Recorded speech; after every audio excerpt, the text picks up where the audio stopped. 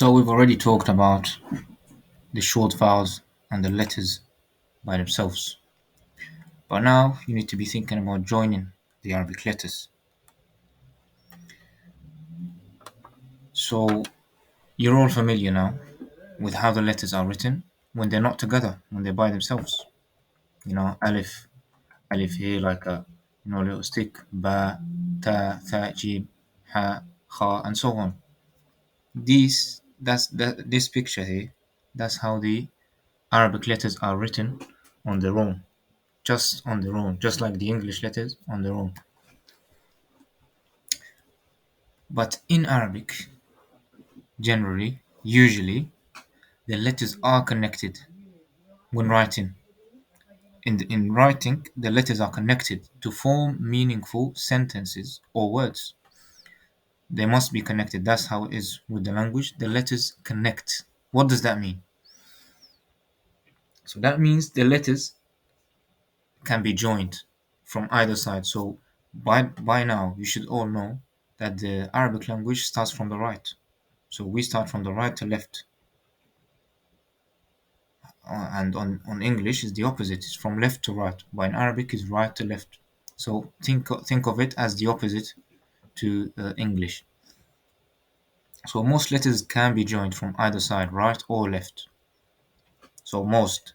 Note that because later on we'll talk about something related to that.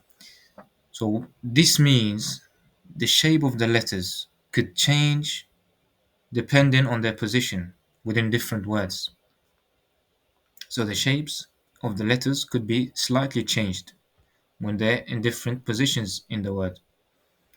So now the question is, what are the different positions? So you should familiarize yourself. So you should get familiar with the different shapes.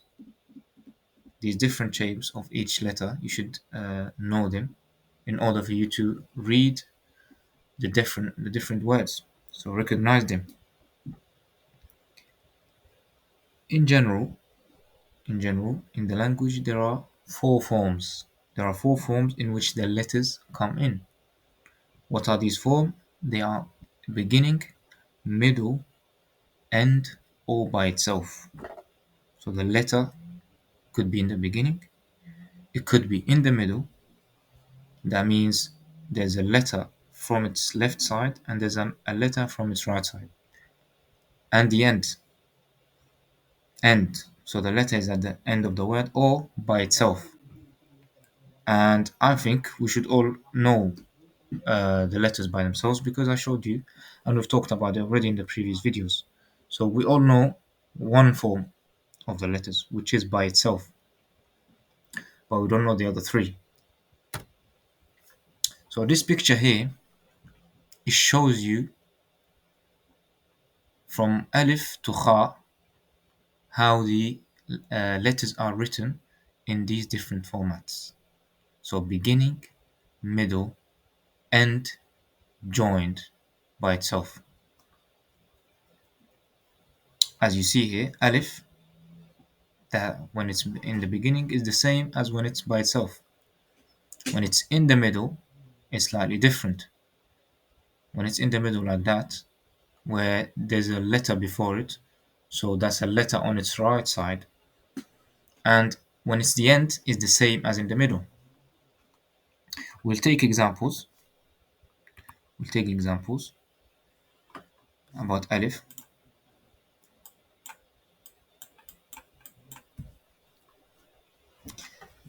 So that was Alif.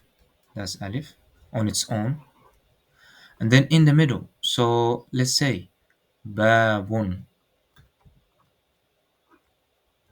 Babun.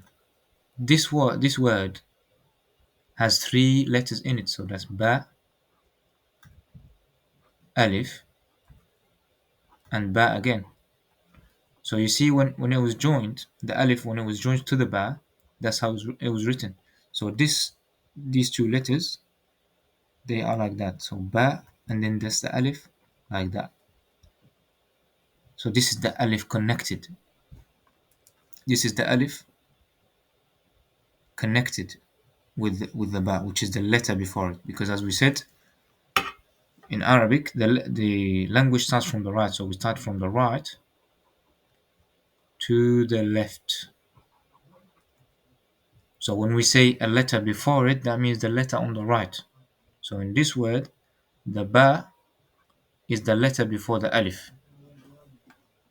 is the letter before the alif. And you can see here how all the other letters are written differently. So I will put videos specifically about each letter, how they are written in different formats, and you should familiarize yourself with how they are written, because in this way you'll be able to read different words.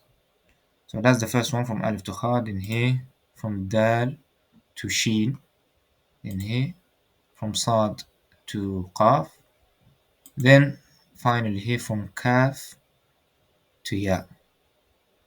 And I will post different examples for each letter. So in that way, you are versed in how the letters are shaped in different positions. And that's it for this video.